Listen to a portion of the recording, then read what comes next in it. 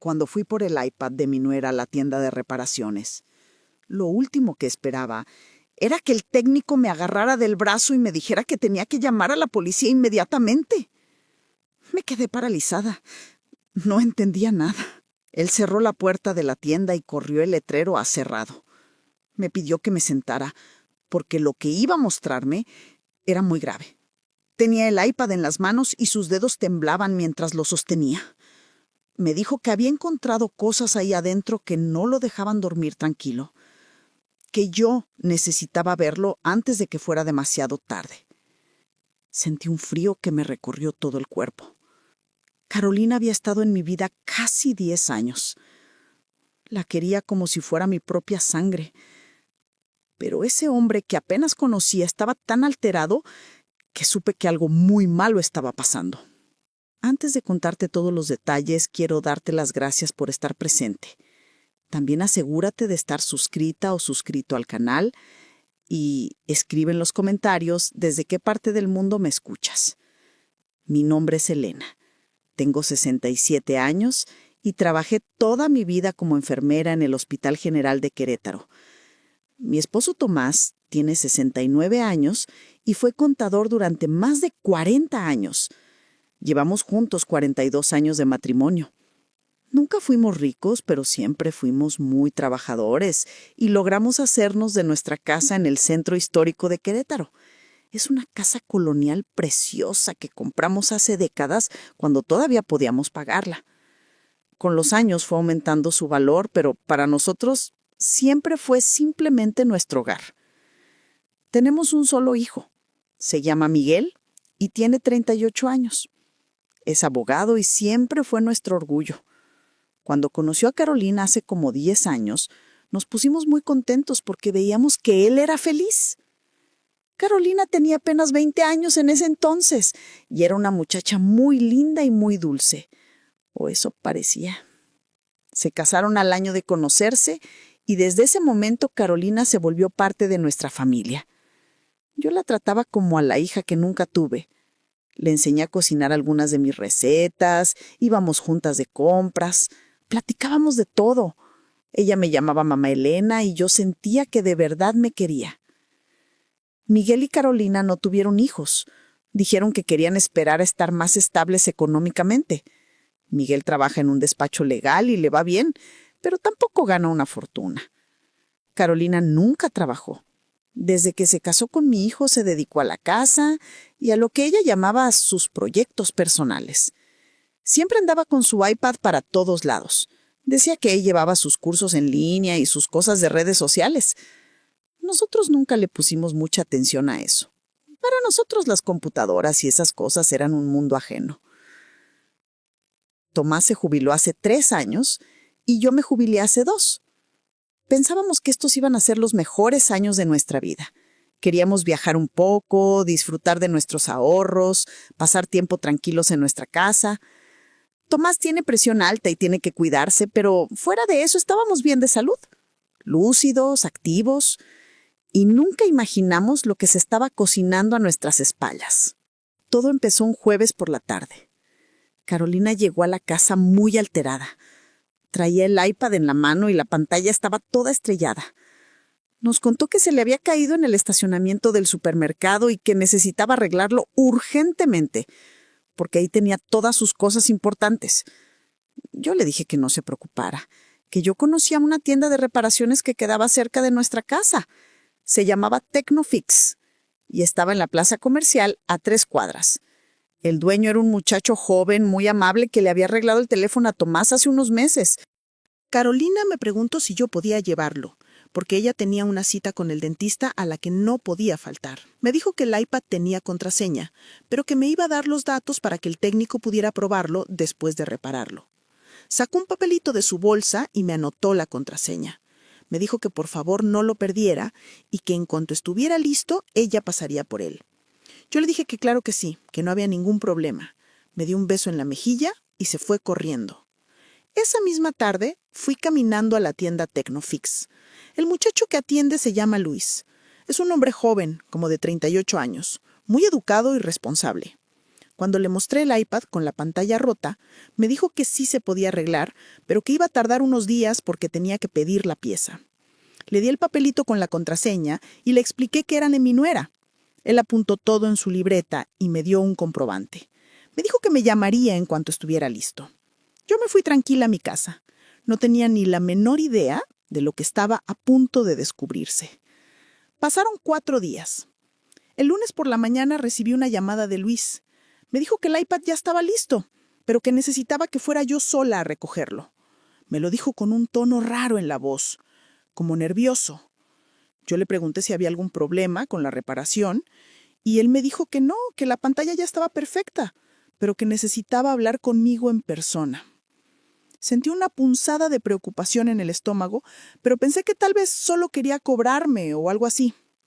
Llegué a la tienda como a las 11 de la mañana. Luis estaba esperándome. En cuanto entré, cerró la puerta y le dio vuelta al letrero para que dijera cerrado. Eso me asustó mucho. Le pregunté qué pasaba y él me pidió que me sentara. Tenía el iPad en sus manos y estaba muy serio. Me dijo que mientras reparaba la pantalla, tuvo que probar que todo funcionara correctamente, que prendió el iPad con la contraseña que yo le había dado y empezó a revisar que las aplicaciones abrieran bien. Me dijo que fue entonces cuando vio algo que lo dejó helado. Luis volteó el iPad hacia mí y me mostró la carpeta que se llamaba Proyecto T. Me dijo que cuando la abrió, pensó que era algún trabajo de escuela o algo así, pero que al ver lo que había dentro se dio cuenta de que era algo muy grave. Mis manos empezaron a sudar. Le pedí que me explicara qué había visto. Él deslizó su dedo por la pantalla y empezó a enseñarme. Había documentos, montones de documentos. Vi uno que decía proceso de tutela paso a paso. Otro que se llamaba Timeline, febrero a julio. Había fotografías de papeles médicos que yo nunca había visto en mi vida. Luis me fue mostrando uno por uno.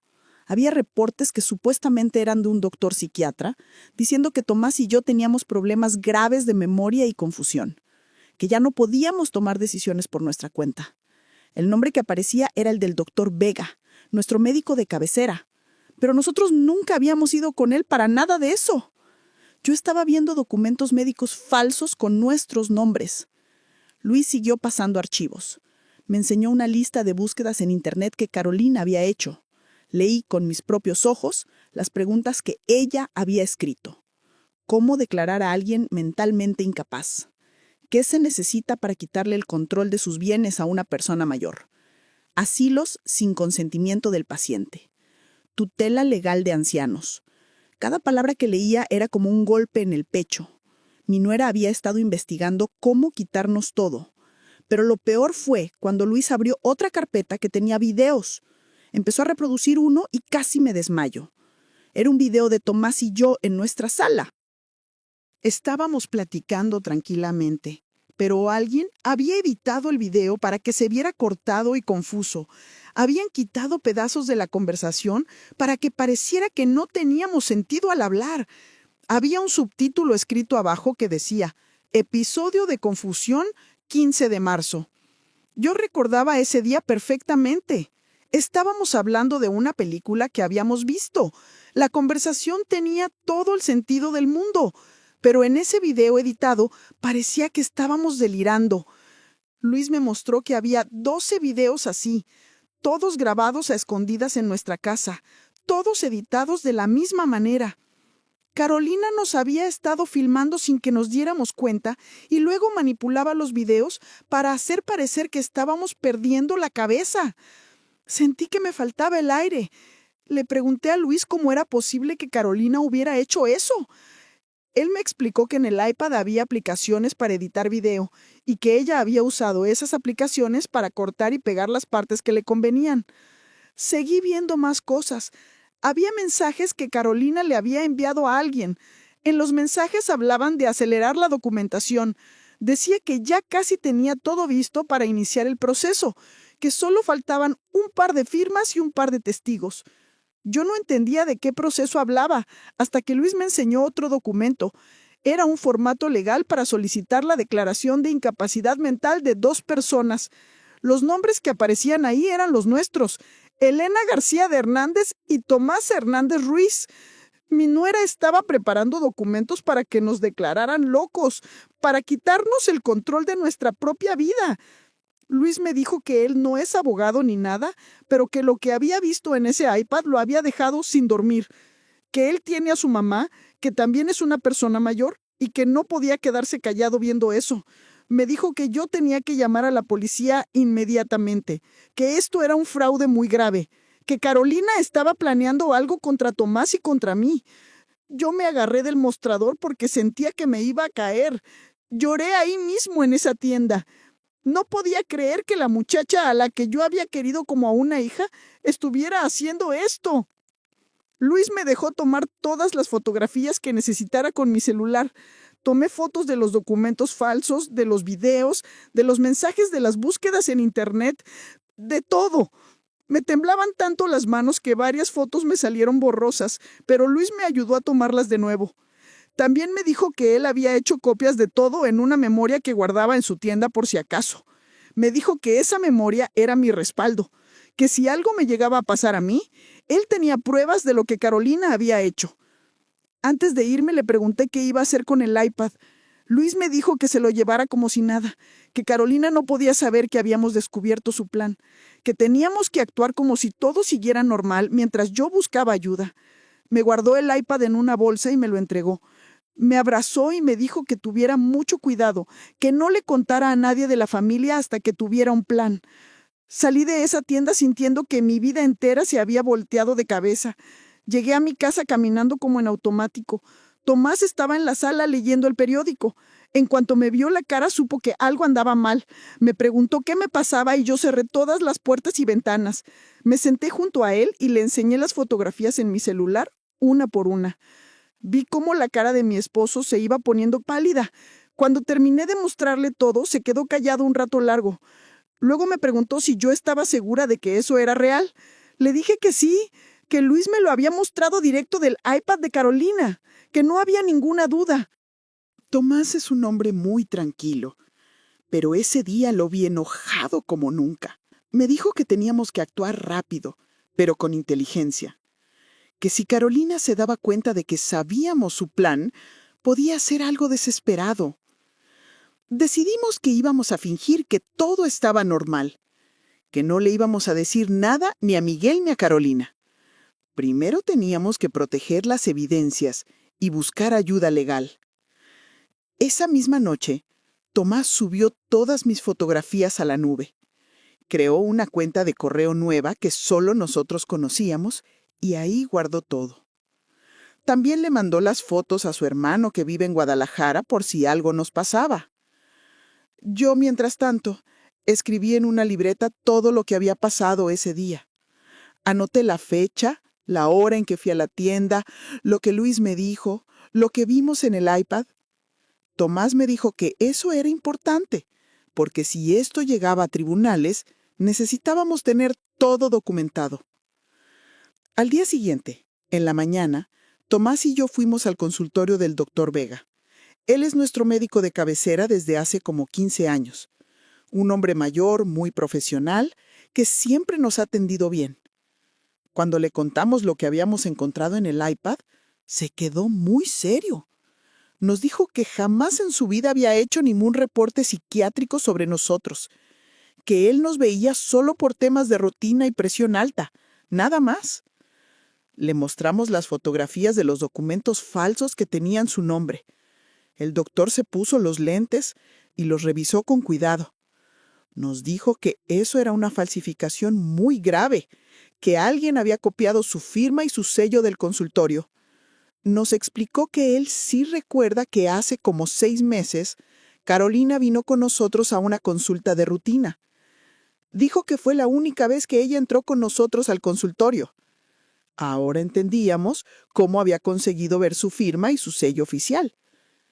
El doctor Vega sacó nuestros expedientes médicos reales. Nos mostró que ahí no había nada sobre demencia, confusión o problemas mentales. Todo lo que decían esos documentos falsos era mentira. Nos dio copias certificadas de nuestros expedientes verdaderos para que tuviéramos prueba de que estábamos perfectamente sanos. También nos escribió una carta explicando que los reportes psiquiátricos con su nombre eran falsos. Nos recomendó que fuéramos con un abogado lo antes posible. Esa misma semana fui a hablar con Beatriz. Ella es mi vecina y amiga cercana desde hace como 20 años. Vive en la casa de junto y nos conocemos muy bien. Le conté todo lo que estaba pasando. Beatriz se llevó las manos a la boca cuando le mostré los videos editados. Me dijo que ahora entendía algo que había visto hace unos meses y que le había parecido muy raro. Me contó que una tarde estaba regando sus plantas en el jardín cuando vio a Carolina fuera de nuestra casa. Beatriz dice que Carolina estaba parada cerca de nuestra ventana de la sala, con su celular en la mano como grabando hacia adentro. Beatriz pensó que tal vez estaba tomando fotos de la decoración o algo así, pero le pareció extraño. Cuando Beatriz le saludó, Carolina se sobresaltó y guardó rápido el celular. Le dijo que estaba esperando a que abriéramos la puerta. Pero Beatriz me dijo que eso no tenía sentido porque Carolina tiene llaves de nuestra casa. Le pregunté a Beatriz si recordaba más o menos cuándo había sido eso. Ella revisó su calendario y me dijo que fue como a mediados de marzo. Yo revisé las fechas de los videos del iPad. Uno de los videos editados estaba fechado exactamente el 15 de marzo. Todo coincidía.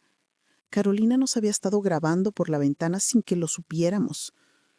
Beatriz me dijo que si yo necesitaba que ella declarara lo que vio, ella lo haría sin pensarlo. En una de las fotografías que tomé del iPad había un chat de WhatsApp entre Carolina y un contacto que decía Lick Soto. En los mensajes Carolina le preguntaba sobre iniciar un proceso de interdicción. Yo no sabía ni qué significaba esa palabra. Tomás buscó en internet y descubrimos que interdicción es cuando le quitan a una persona el derecho de manejar sus propios asuntos porque la declaran incapaz. Era exactamente lo que Carolina quería hacer con nosotros. Tomás investigó quién era el licenciado Soto. Encontró que era un abogado que tenía su despacho en una zona cara de Querétaro. Decidimos ir a hablar con él directamente. Cuando llegamos a su oficina los atendió su secretaria. Le dijimos que necesitábamos una consulta urgente. Ella nos hizo pasar. El licenciado Soto era un hombre como de 50 años, muy elegante. Cuando le dijimos nuestros nombres, su cara cambió completamente. Se puso nervioso. Le preguntamos si conocía a Carolina y él nos dijo que sí, que ella había ido a consultarlo hacía como 2 meses. Le mostramos las capturas del chat. Él se acomodó los lentes y admitió que Carolina le había preguntado sobre los pasos para iniciar un proceso legal de tutela. Le preguntamos qué le había dicho él a Carolina. El abogado nos explicó que él le dijo los requisitos legales, que se necesitaban dictámenes médicos, testigos, pruebas de que las personas no pueden cuidarse solas. Dijo que Carolina le preguntó específicamente cuánto tiempo tardaba el proceso y cuánto dinero costaba. El licenciado Soto nos dijo que a él le pareció raro que una nuera preguntara eso, pero que él solo le dio información general. Nos dijo que Carolina nunca regresó a su despacho y que él no sabía nada más. Le mostramos los documentos médicos falsos.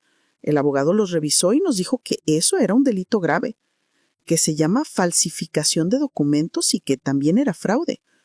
Nos dijo que necesitábamos denunciar esto inmediatamente y nos recomendó a otro abogado especialista en estos temas. Anotamos el nombre y nos fuimos de ahí con más miedo, pero también con más pruebas de que esto era real. Una de las cosas más dolorosas que vimos en el iPad fueron los mensajes entre Carolina y Miguel, nuestro hijo, nuestra propia sangre. Los mensajes eran de un chat que Carolina había borrado de su celular, pero que seguían guardados en el iPad porque estaba conectado a la misma cuenta.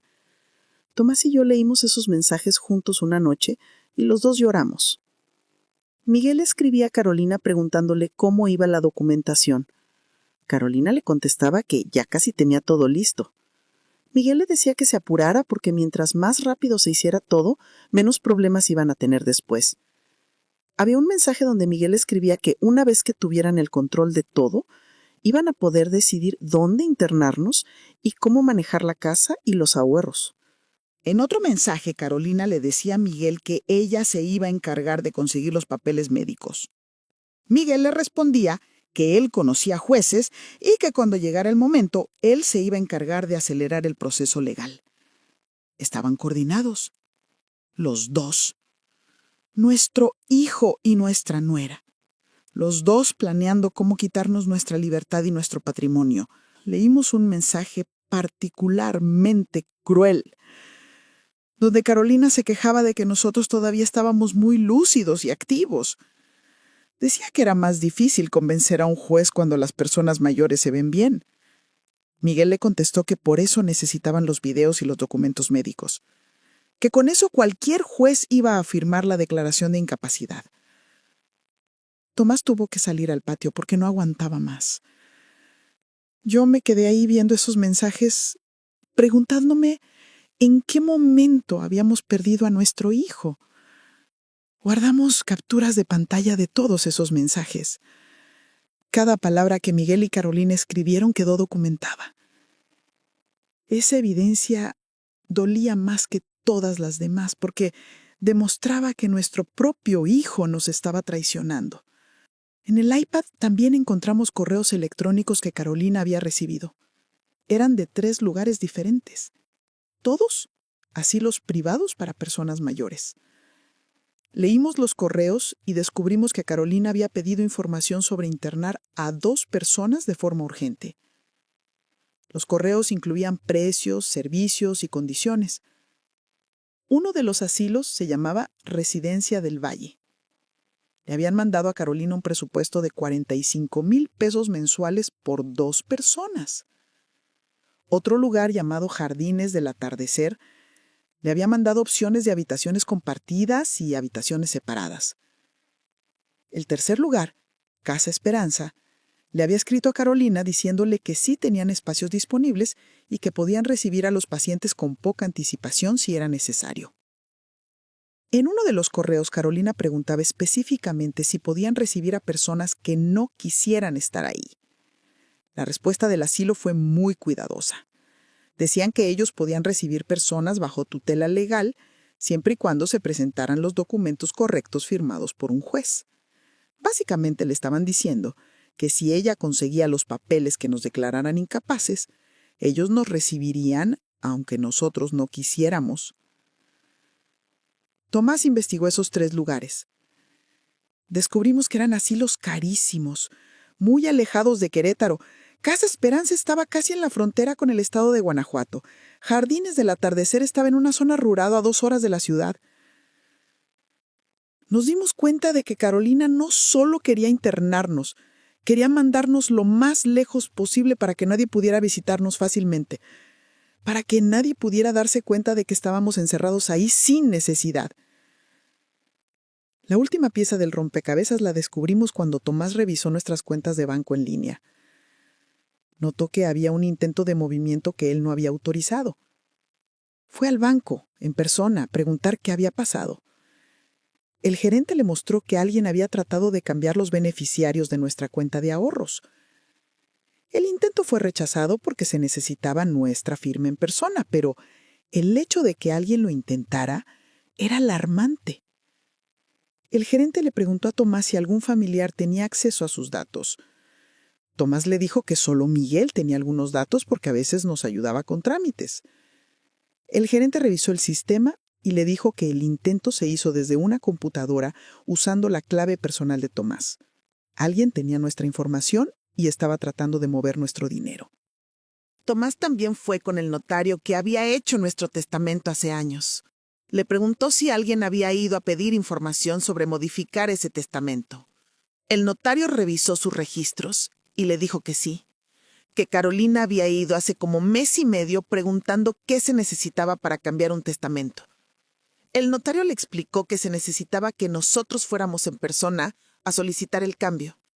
Carolina le preguntó si había alguna otra forma en caso de que las personas ya no pudieran tomar decisiones. El notario le dijo que en esos casos se necesitaba una declaración de incapacidad firmada por un juez. Cada pista nos llevaba a la misma conclusión. Carolina había investigado cada paso. Había hablado con doctores, abogados, asilos, bancos, notarios. Tenía un plan completamente armado para quitarnos todo. Nuestra casa, que vale 6,5 millones de pesos. Nuestros ahorros de 3,200,000 pesos que juntamos en toda una vida de trabajo. Nuestra libertad. Nuestra dignidad. Todo. Después de todas esas semanas investigando, Tomás y yo sabíamos que teníamos muchas pruebas, pero necesitábamos algo más contundente, algo que no pudiera ser negado. Fue cuando decidimos buscar ayuda legal de verdad. Fuimos con el licenciado Morales, el abogado especialista que el licenciado Soto nos había recomendado. El licenciado Morales es un señor como de 50 años, que se especializa en casos de fraude familiar. Cuando le mostramos todo lo que habíamos recopilado, se quedó impresionado. Nos dijo que teníamos pruebas muy fuertes, pero que necesitábamos una evidencia que demostrara la intención activa de Carolina, algo que la mostrara ejecutando su plan en tiempo real. Nos explicó que todo lo que teníamos era preparación, pero necesitábamos el acto. El abogado nos preguntó si nosotros creíamos que Carolina seguía adelante con su plan. Le dijimos que sí, que ella pensaba que nosotros no sabíamos nada. El licenciado Morales nos dijo entonces que teníamos que crear una situación donde Carolina intentara hacer algo concreto y nosotros pudiéramos documentarlo. Básicamente teníamos que tenderle una trampa. Entre los tres diseñamos un plan. Yo iba a llamar a Carolina para decirle que Tomás había tenido un episodio raro, que había estado muy confundido una mañana y que me tenía preocupada. La idea era que Carolina mordiera el anzuelo y tratara de usar eso a su favor. El licenciado Morales nos dijo que él iba a estar presente, escondido con equipo de grabación, que necesitábamos capturar en video cualquier cosa que Carolina hiciera o dijera. El día que ejecutamos el plan fue un martes en la tarde. Tomás y yo estábamos muy nerviosos. El licenciado Morales llegó temprano e instaló una cámara pequeña en la sala. Era tan chiquita que nadie la iba a notar. También me puso un micrófono en la ropa para grabar audio. Me dijo que no me preocupara, que él iba a estar en el cuarto de al lado escuchando todo. Llamé a Carolina y le dije que necesitaba que viniera urgente. Le conté que esa mañana Tomás se había levantado muy desorientado, que no sabía qué día era ni dónde estaba, que yo estaba muy asustada. Le pedí que por favor viniera a la casa para que me ayudara a decidir qué hacer. Carolina me dijo que sí, que iba para allá inmediatamente. Colgué el teléfono y me senté a esperar. El corazón me latía tan rápido que pensé que me iba a dar un infarto. Carolina llegó como 40 minutos después. Entró a la casa con cara de preocupación. Me preguntó cómo estaba Tomás. Yo le dije que ahorita ya estaba mejor, que estaba descansando en el cuarto. Ella se sentó conmigo en la sala y empezó a hacerme preguntas. Me preguntó exactamente qué había dicho Tomás cuando estaba confundido, cuánto tiempo le duró, si era la primera vez que pasaba. Yo actué mi papel lo mejor que pude. Le dije que Tomás había estado como media hora sin saber bien dónde estaba, que me asusté mucho, que no sabía si debía llevarlo a un doctor. Carolina me tomó de las manos y me dijo que sí, que definitivamente debíamos ir con un doctor, pero no con el doctor Vega. Me dijo que necesitábamos un especialista, un doctor de la cabeza que supiera de estos temas. Entonces Carolina sacó su celular. Me dijo que ella conoció a un psiquiatra muy bueno, que ella me iba a ayudar a hacer la cita. Empezó a buscar en su teléfono y me mostró el nombre de un doctor. Me dijo que este doctor podía evaluar a Tomás y también a mí para ver cómo estábamos. Yo le pregunté por qué yo también necesitaba evaluación si yo estaba bien. Carolina me dijo que a veces los familiares no se dan cuenta de sus propios síntomas, que era mejor que los dos nos checáramos. La conversación siguió y Carolina empezó a soltarse más. Me dijo que si el doctor encontraba algo grave, tal vez Tomás y yo necesitábamos ayuda extra, que ella y Miguel habían estado platicando de eso últimamente, que si algún día nosotros no podíamos cuidarnos solos, ellos querían estar preparados para ayudarnos. Le pregunté qué tipo de ayuda.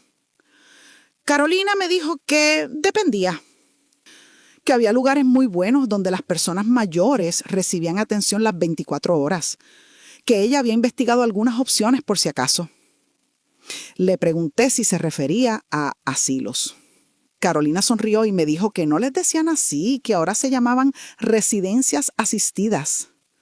Me dijo que ella había visitado unos muy bonitos con jardines y enfermeras, que si llegaba el momento, yo no debía tener miedo de considerar esa opción. En ese momento supe que la trampa estaba funcionando.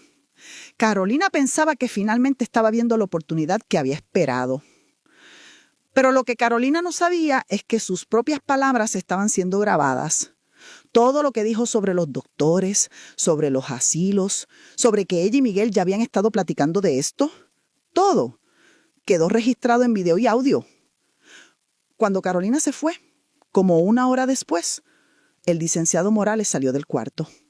Me dijo que lo habíamos hecho perfecto, que teníamos todo lo que necesitábamos.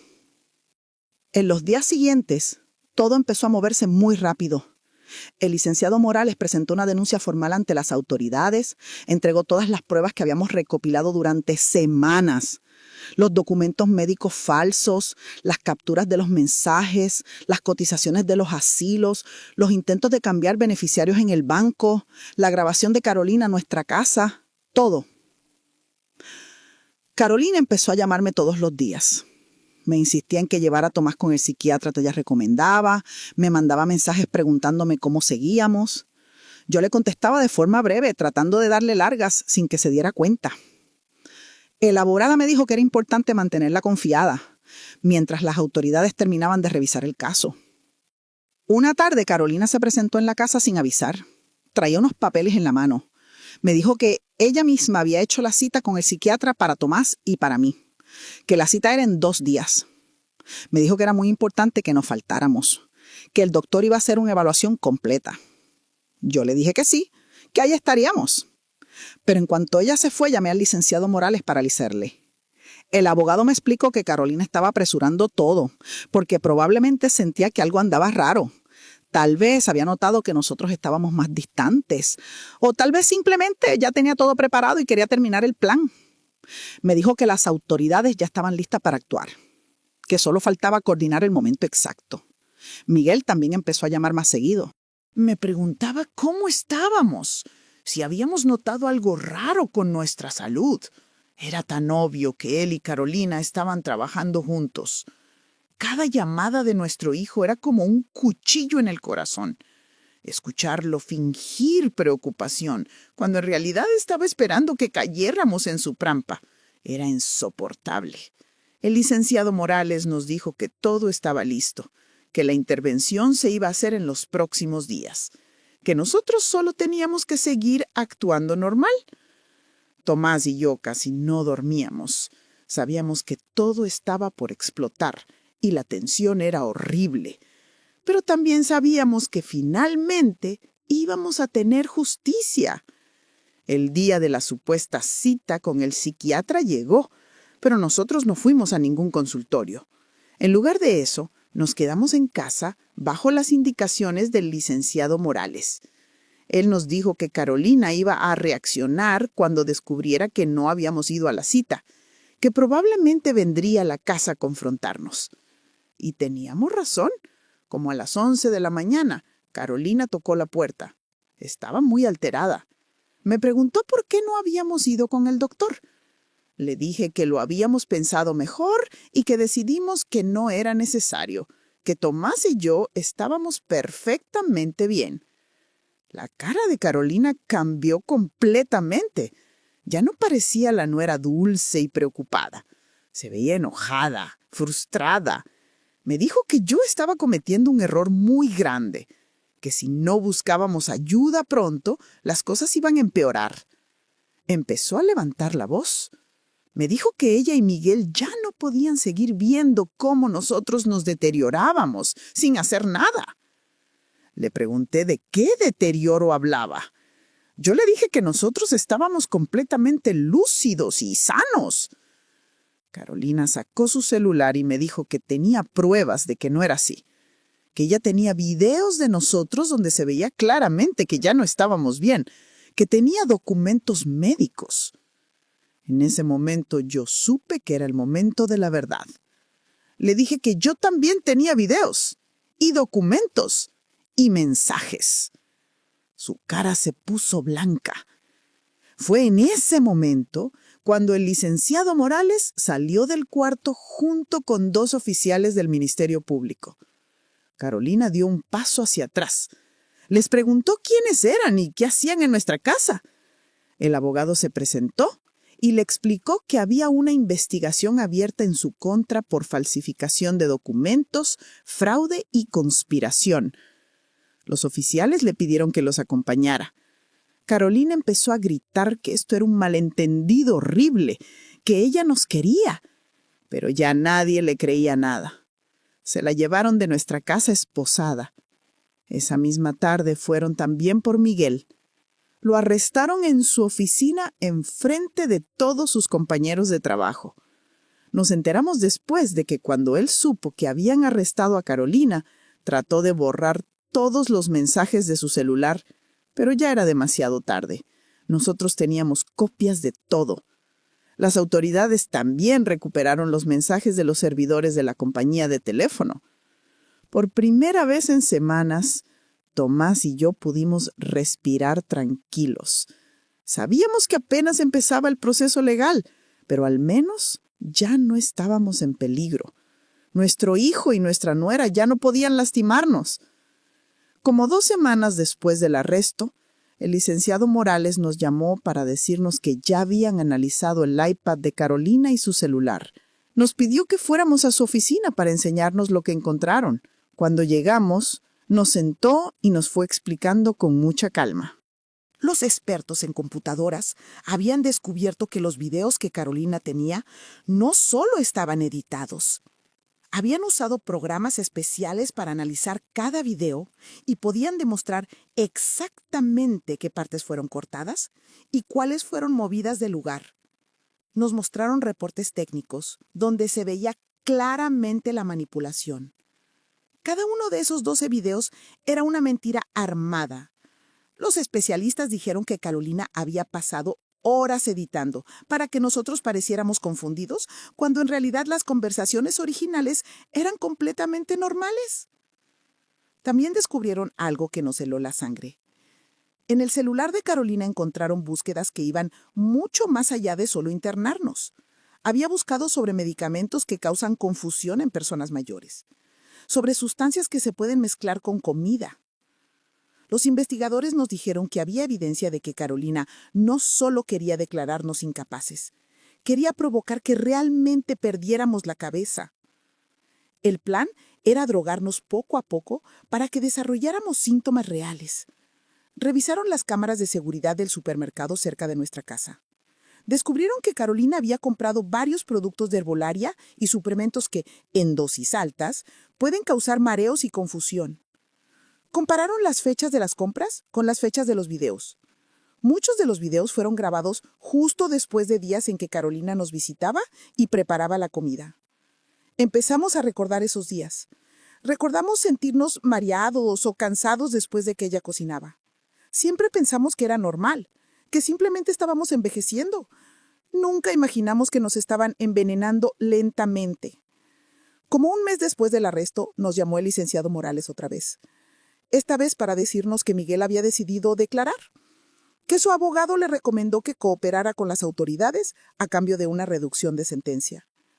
Nos preguntó si queríamos escuchar lo que Miguel dijo. Tomás y yo nos miramos. No sabíamos si queríamos oír a nuestro propio hijo confesar que nos había traicionado, pero dijimos que sí. Necesitábamos saber la verdad completa. El abogado puso una grabación de la declaración de Miguel. Escuchar su voz fue terrible. Miguel confesó que todo había sido idea de Carolina desde el principio, que ella fue la que le propuso el plan hace como 2 años. Dijo que al principio él se negó, pero que Carolina lo convenció diciéndole que nosotros de todas formas ya estábamos viejos, que si no actuaban pronto, nosotros íbamos a dejar todo en testamento a instituciones de caridad o a la iglesia, que él era hijo único y merecía la herencia. Miguel confesó que él fue el que investigó todo el proceso legal, que él le dijo a Carolina exactamente qué documentos necesitaban, qué evidencias, cuántos testigos. Dijo que Carolina se encargó de la parte médica y de conseguir los documentos falsos. Él se iba a encargar de los trámites legales cuando llegara el momento. Tenían todo dividido.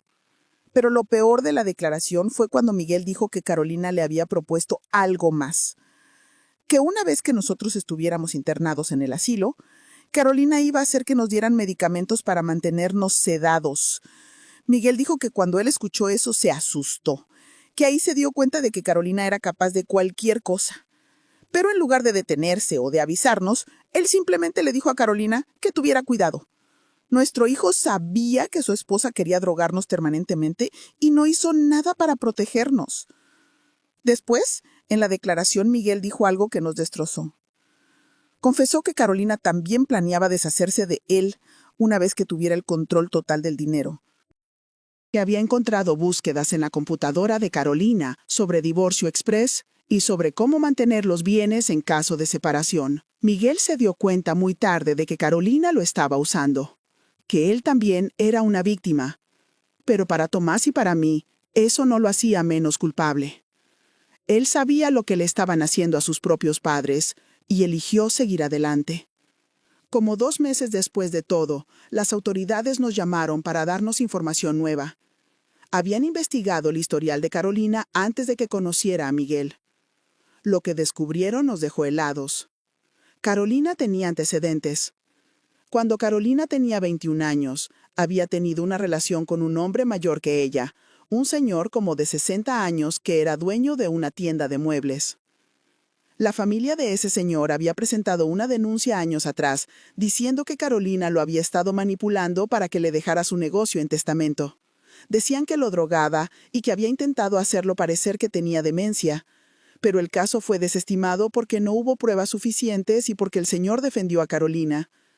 Él murió como 6 meses después en circunstancias sospechosas, pero nunca se investigó a fondo. También descubrieron que Carolina había tenido un conflicto muy fuerte con una tía suya por una herencia. La tía era una señora mayor que vivía sola. Carolina había intentado que la declararan incapaz para administrar su dinero. La tía peleó el caso legalmente y ganó. Logró demostrar que estaba perfectamente bien de sus facultades. Después de eso, Carolina dejó de hablarle. La tía murió unos años después y dejó todo su dinero a una fundación de animales. Carolina no recibió nada. Había un patrón claro. Carolina había estado haciendo esto toda su vida. Buscaba personas mayores con dinero, se ganaba su confianza, planeaba cómo quitarles todo. Nosotros no éramos las primeras víctimas. Solo éramos las únicas que logramos descubrirla a tiempo. Pensar en cuántas otras personas pudieron haber sufrido por culpa de Carolina nos hacía sentir enfermos.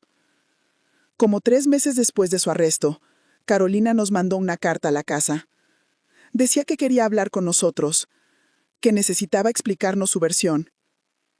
El licenciado Morales nos dijo que no teníamos ninguna obligación de verla, pero que si queríamos hacerlo, él podía arreglar una visita controlada. Tomás y yo lo platicamos mucho. Decidimos que sí queríamos ir. Necesitábamos verla a la cara y preguntarle por qué. Fuimos a verla a la prisión un martes por la tarde. Nos hicieron pasar a un cuarto con una mesa y sillas. Carolina entró acompañada de una guardia. Se veía muy diferente, más delgada, más pálida, sin maquillaje. Cuando nos vio empezó a llorar. Se sentó del otro lado de la mesa y nos dijo que lo sentía mucho, que nunca quiso lastimarnos, que todo se salió de control. Yo le pregunté cómo era posible que dijera eso. Le pregunté si falsificar documentos médicos era algo que se salió de control. Si grabar videos manipulados era algo que se salió de control. Si investigar asilos para encerrarnos era algo que se salió de control. Carolina bajó la cabeza.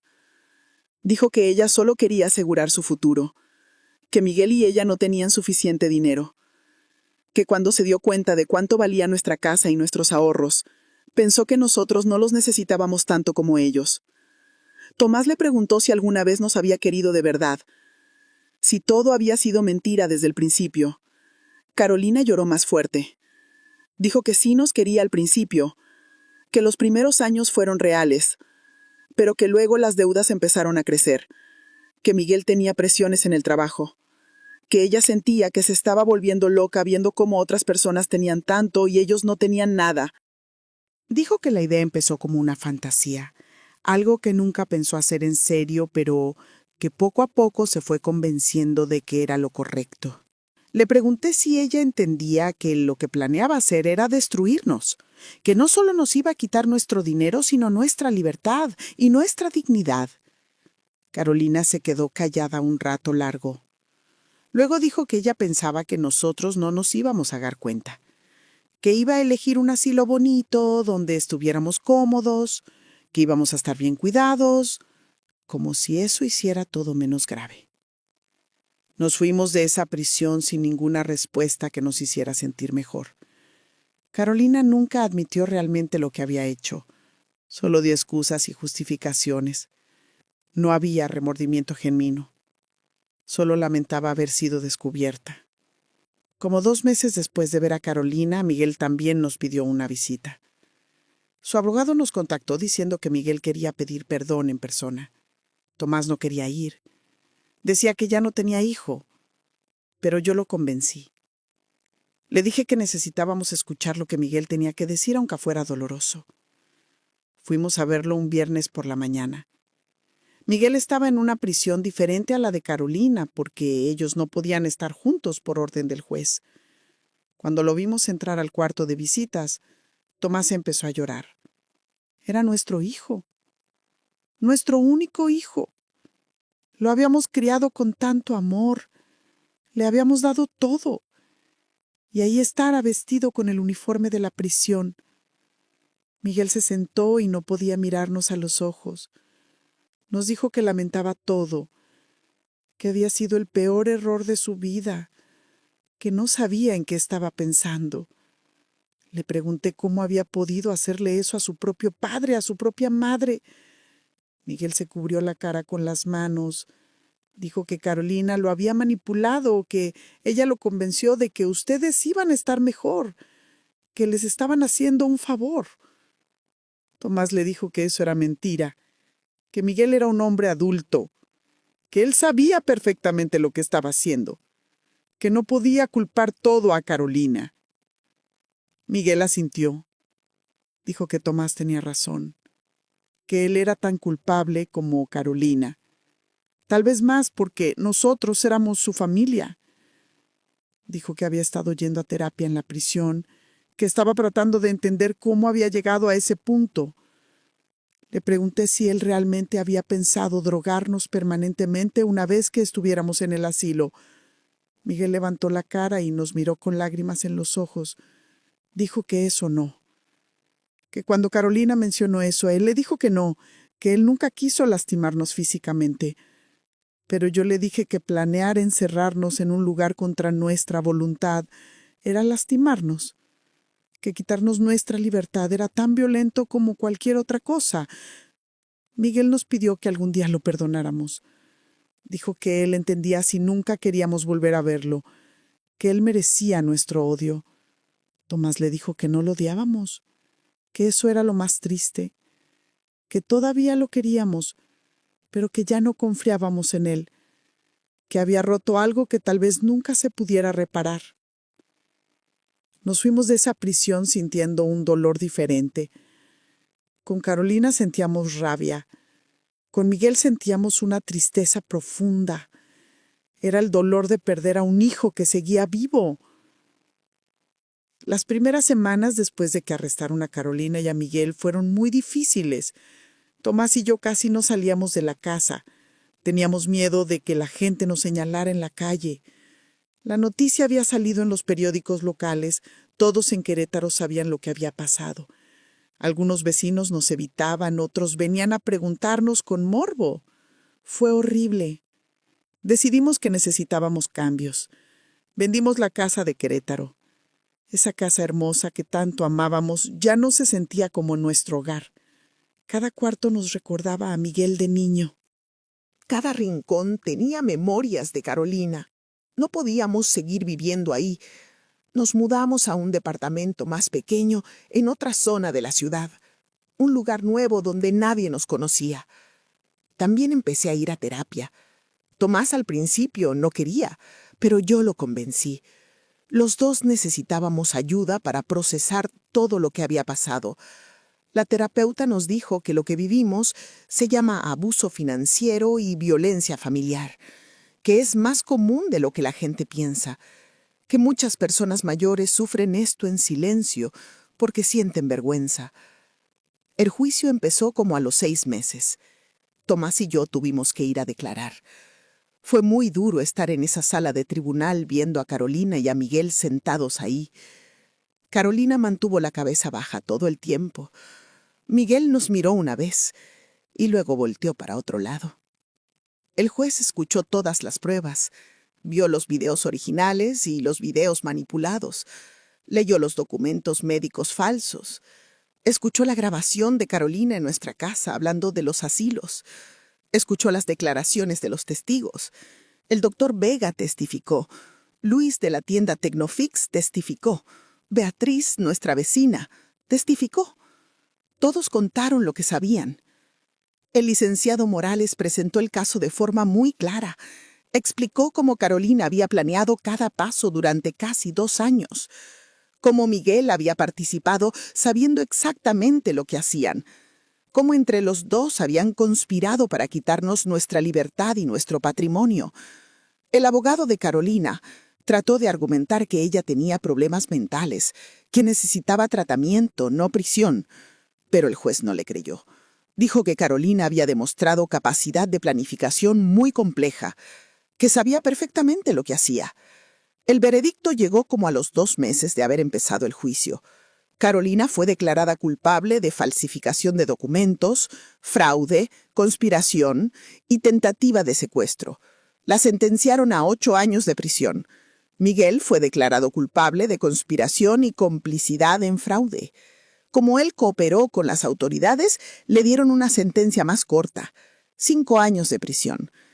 Cuando el juez leyó las sentencias, Tomás apretó mi mano. No sentimos alivio, no sentimos victoria, solo sentimos un vacío enorme. Cumplimos 1 año desde que todo explotó. Para ese entonces, Tomás y yo ya estábamos más estables emocionalmente. Seguíamos en terapia, pero ya no llorábamos todos los días. Habíamos aprendido a vivir con el dolor, a aceptar que nuestra familia se había roto, pero que nosotros seguíamos aquí.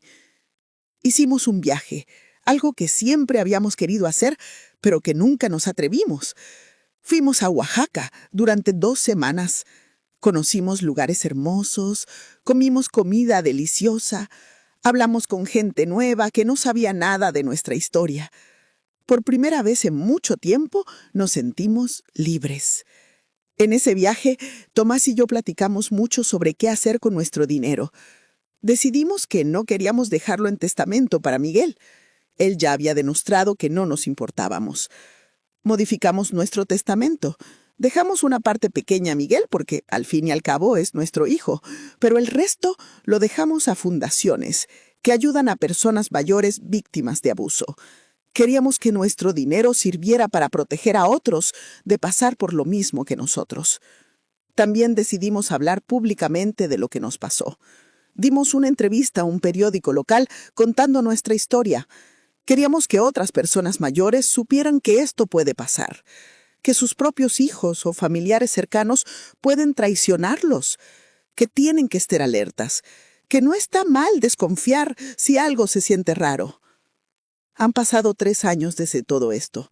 Carolina y Miguel siguen en prisión. Carolina nos mandó otra carta hace como 6 meses. Tomás la tiró a la basura sin leerla. Yo la saqué de la basura más tarde y la leí. Decía básicamente lo mismo que nos dijo en la prisión, que lo sentía, que ojalá pudiéramos perdonarla. No le contestamos.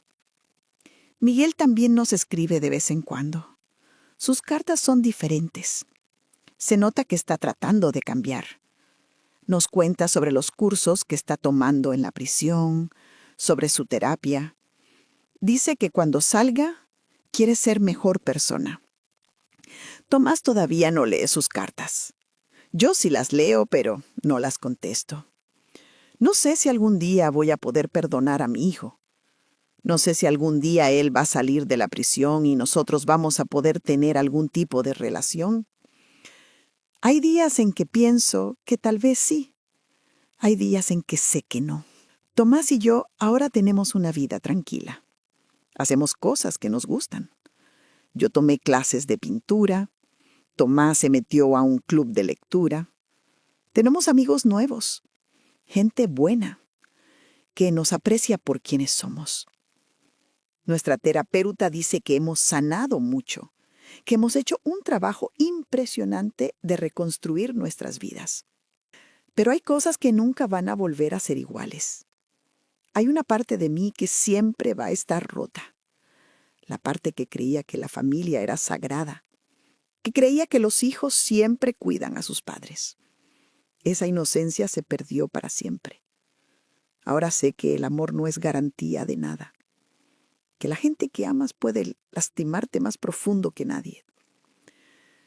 Esta mañana fui al mercado a comprar flores. Es algo que hago todos los sábados ahora. Compro un ramo de girasoles y los pongo en la mesa del comedor. Son las flores favoritas de mi mamá, que murió hace muchos años. Ella siempre decía que los girasoles miraban hacia el sol, que no importa lo oscura que esté la noche, los girasoles siempre buscan la luz. Mientras caminaba de regreso a casa con mis flores, pensaba en todo lo que ha pasado. Hace 3 años yo era una persona diferente. Era ingenua. Confiaba en todos. Creía que si yo trataba bien a la gente, ellos me tratarían bien a mí. Carolina me enseñó que eso no es cierto. Que hay personas que ven la bondad como debilidad. Que hay gente que te va a sonreír mientras planea destruirte. Pero también aprendí otras cosas. Aprendí que no todos son así. Luis, el técnico de la tienda, me salvó la vida sin conocerme. Pudo haber ignorado lo que vio en ese iPad. Pudo haberse dicho que no era su problema, pero no lo hizo. Se arriesgó a meterse en algo que no le correspondía porque sabía que era lo correcto. El doctor Vega también nos ayudó sin dudarlo. Beatriz, mi vecina, estuvo ahí cuando más la necesitaba. Aprendí que la edad no es sinónimo de indefensión. Cuando descubrí lo que Carolina planeaba, pude haber entrado en pánico. Pude haberme congelado del miedo, pero no lo hice. Tomás y yo nos organizamos. Investigamos, recopilamos pruebas. Nos protegimos. Demostramos que las personas mayores no somos víctimas fáciles si sabemos defendernos. También aprendí que el dolor no te mata. Pensé que cuando todo esto saliera a la luz, yo no iba a poder soportarlo. Pensé que me iba a derrumbar. Y sí, tuve momentos terribles, momentos en los que no quería levantarme de la cama, pero sobreviví. Tomás sobrevivió. Y no solo sobrevivimos, encontramos la manera de seguir viviendo, de encontrar pequeñas alegrías, de construir algo nuevo de los pedazos rotos. Si alguien me hubiera dicho hace 3 años que mi nuera me iba a traicionar de esa manera, yo nunca lo hubiera creído. Si alguien me hubiera dicho que mi único hijo iba a conspirar para encerrarme en un asilo y robarme mi dinero, me hubiera reído en su cara. Pero pasó. Y tuve que aceptarlo. Tuve que aprender a vivir sabiendo que las personas que más amaba me habían lastimado más profundo que nadie. Pero aquí estoy, caminando por las calles de mi ciudad con un ramo de girasoles en la mano. Respirando, viviendo, viendo hacia el sol como mi mamá me enseñó.